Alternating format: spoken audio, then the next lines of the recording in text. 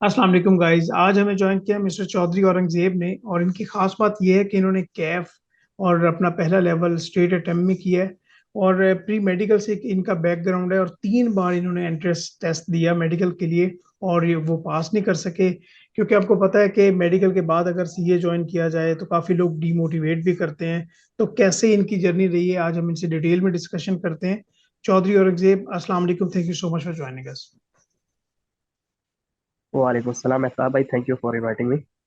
सबसे पहले तो मेरा आपसे यही क्वेश्चन होगा कि आप अपनी जर्नी बताइए कि इंटरमीडिएट में आपकी जर्नी कैसे रही, कैसे कैसे आपने इंटरेस्ट टेस्ट दी, और फिर आपने ज्वाइनिंग का प्लान कैसे बनाया।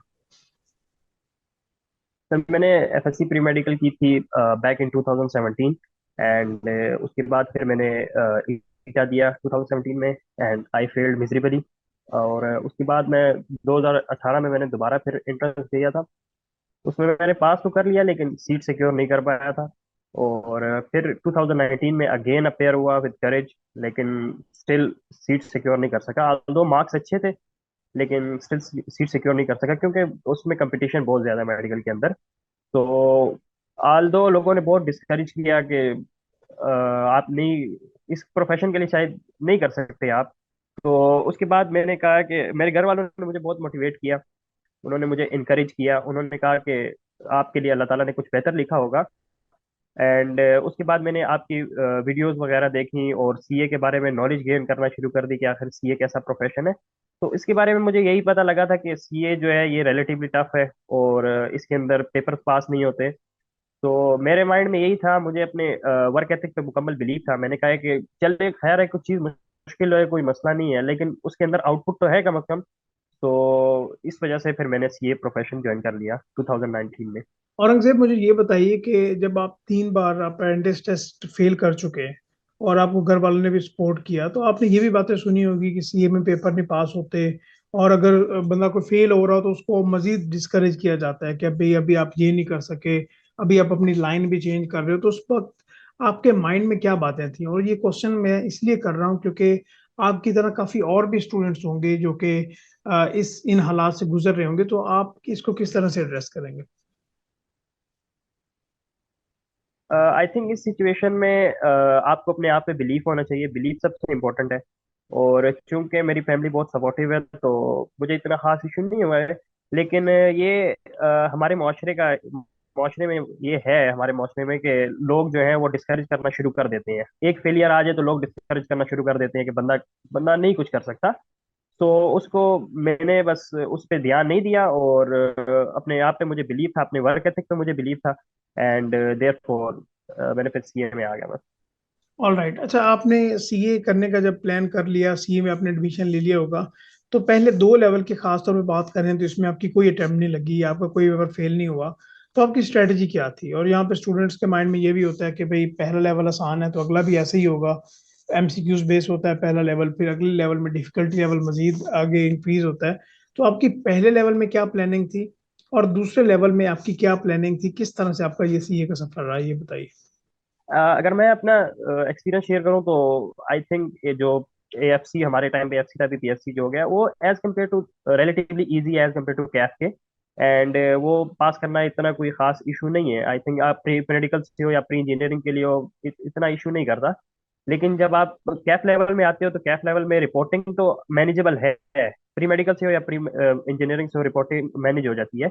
लेकिन कॉस्ट अकाउंटिंग में थोड़ा प्रॉब्लम होती है प्री मेडिकल स्टूडेंट्स के लिए, क्योंकि वो रिलेटिवली थोड़ा टेक्निकल है, उसके अंदर कैलकुलेशंस हैं। तो प्री इंजीनियरिंग वालों को एज होता है क्योंकि उन्होंने कैलकुलेशंस की होती हैं, उनकी थोड़ी रैपिड कैलकुलेशंस होती हैं। लेकिन प्री मेडिकल वालों को इसमें थोड़ी प्रॉब्लम होती है। लेकिन स्टिल टीचर्स बहुत हार्ड वर्किंग है, सीए प्रोफेशन में टीचर्स बहुत हार्ड वर्किंग है, तो मैनेज हो जाता है। अच्छा, जितने भी मेडिकल के स्टूडेंट्स सीए या एसीसी ज्वाइन करते हैं ना, तो क्या उनके माइंड में यही होता है कि मैथमेटिक्स कितनी की इन्वॉल्व है? लाइक हमें कितना सही है सीए में, सारा बिजनेस में हमने सारा मैथमेटिक्स ही पढ़ना होता है। तो आपने कॉस्टिंग का यहाँ पे जिक्र किया कि प्री इंजीनियरिंग वालों को यहाँ पे ज्यादा हेल्प मिल जाती है, रैपिड उनकी कैलकुलेशंस होती हैं। बट आपको यहाँ पे क्या प्रॉब्लम्स फेस करने को मिली, और आपने उनका सोल्यूशन किस तरह से टैकल किया कि भाई मुझे क्या करना चाहिए सो मैं अपनी कैलकुलेशन को ज्यादा बेहतर कर सकूं, या जिन एरियाज में डिफिकल्टी मुझे आ रही है उनको मैं ग्रैस्प जल्दी से जल्दी कर लूं? As a pre medical background होना अगर किसी का हो तो फिर कैलकुलेशन में, क्योंकि हम लोगों ने इतनी रोड मेमोराइजेशन की होती है एफएससी लेवल पे, बायोलॉजी हम लोगों ने पढ़ी होती है, रोड मेमोराइजेशन की होती है, तो कॉस्ट अकाउंटिंग एज कम्पेयर थोड़ा कम्प्लेक्स सब्जेक्ट है। तो अगर बंदे को थोड़ी प्रॉब्लम आए तो इधर मैं फिर कहूँगा कि यहाँ पे टीचर्स बहुत हेल्पफुल हैं, उनसे कह के टीचर्स हेल्प आउट कर देते हैं, नहीं तो सीनियर्स हमारे प्रोफेशन में बहुत अच्छे हैं, वो हेल्प आउट कर देते हैं। एंड एक चीज है कि प्रैक्टिस, अगर आप प्रैक्टिस करोगे तो फिर I think so calculation manage हो जाती हैं, इतना इशू नहीं होता। ओवरऑल अगर मैं आपसे पूछूं कि पहले लेवल में जो कि अभी पीआरसी लेवल हो गया हुआ है, ऑलमोस्ट सब्जेक्ट्स तो सेम ही है, इंट्रोडक्शन टू अकाउंटिंग इकोनॉमिक्स को उन्होंने लेके लेके आए पहले लेवल में। तो आपने पहले लेवल में सेल्फ स्टडी को कितना टाइम दिया? और जब आप लेवल टू में गए, कैफ में गए, तो आपके माइंड में क्या था कि भाई अभी एमसीक्यूज के से बेस से निकल के मैं मेजर सब्जेक्ट्स की तरफ आ रहा हूँ, तो मेरी प्रिपरेशन क्या होनी चाहिए, मेरा सेल्फ मोटिवेशन और कंसिस्टेंसी किस तरह से होनी चाहिए, एंड मोस्ट इम्पोर्टेंटली आपने सेल्फ स्टडी को एएफसी और कैफ दोनों में किस तरह से लेके चले, ये बताइए। एएफसी में तो चूंकि बंदे की मोटिवेशन लेवल हाई होता है, नया प्रोफेशन होता है, बंदा शुरू से कहता है कि शुरू से पढ़ूंगा, तो एएफसी में मैं क्लासेस लेता था, अपनी रेगुलर क्लासेस लेता था इधर पेशावर में।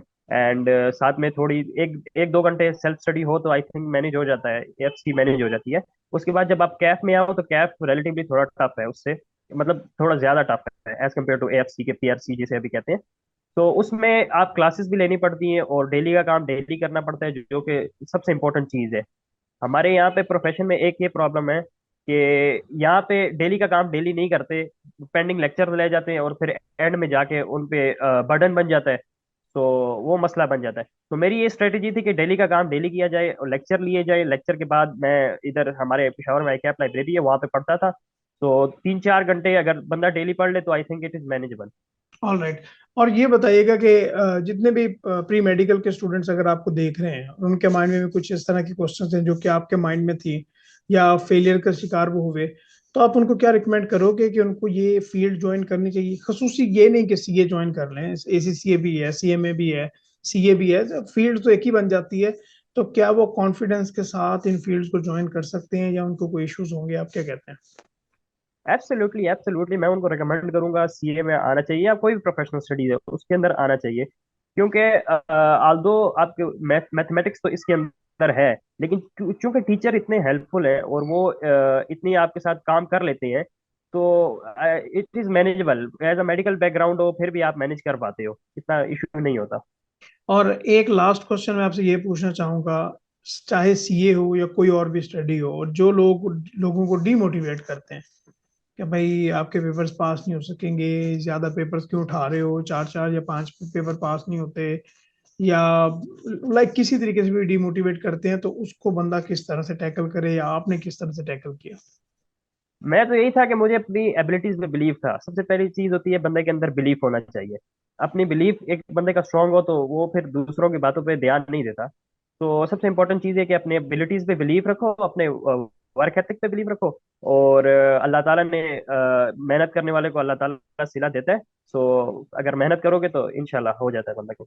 चलिए Chaudhary Aurangzeb, thank you so much कि आपने हमें ज्वाइन किया, और जो आपका हमने आने वाला सफर है उसके लिए भी हम आपको गुड लक कहते हैं, और आपके लिए दुआ करते हैं कि वो भी आपका बेहतर गुजरे। और thank you so much once again. इंशाल्लाह फ्यूचर में भी हम आपसे कांटेक्ट करते रहेंगे, और डिटेल में एक्चुअली हम आपसे पूछेंगे कि आपकी पर सब्जेक्ट वाइज क्या स्ट्रेटजी थी। तो thank you so much, and हम फ्यूचर में बात करते रहेंगे।